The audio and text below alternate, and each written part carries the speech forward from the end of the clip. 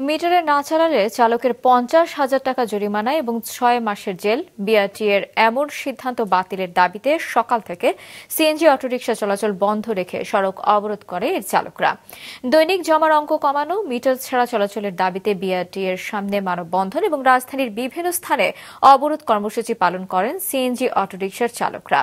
তাদের আন্দোলনের কারণে সকালে অফিসগামী যাত্রীরা দুর্ভোগে পড়েন। বাস থেকে নেমে পায়ে হেঁটে রওনা দেন অনেকেই।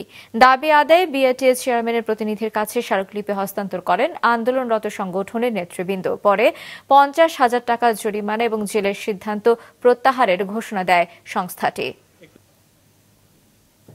মিটার যখন নামাছে তখন জমা ছিল 500 টাকা, এখন জমা হচ্ছে 1200 টাকা। তাহলে আমরা যে সারাদিন মিটার দিয়ে যদি গাড়ি চালাই, সারাদিন আমরা গাড়ি জমা উঠাতে পারবো না, তাহলে ঘরে নিয়ে যাবো কি? এই 40 টাকা মিটার এখন চলা সম্ভব নয়। আমাদের রোড খরচ বেশি, খরচ বেশি, তার জন্য আমরা মিটারে চালাতে পারি না। সংশ্লিষ্ট সকলকে অবহিত করা হয়েছে। বিআরটি-এর 10 ফেব্রুয়ারি তারিখে 329 নম্বর স্মারকে জারিকৃত আদেশটি ইতিমধ্যে বাতিল করা হয়েছে।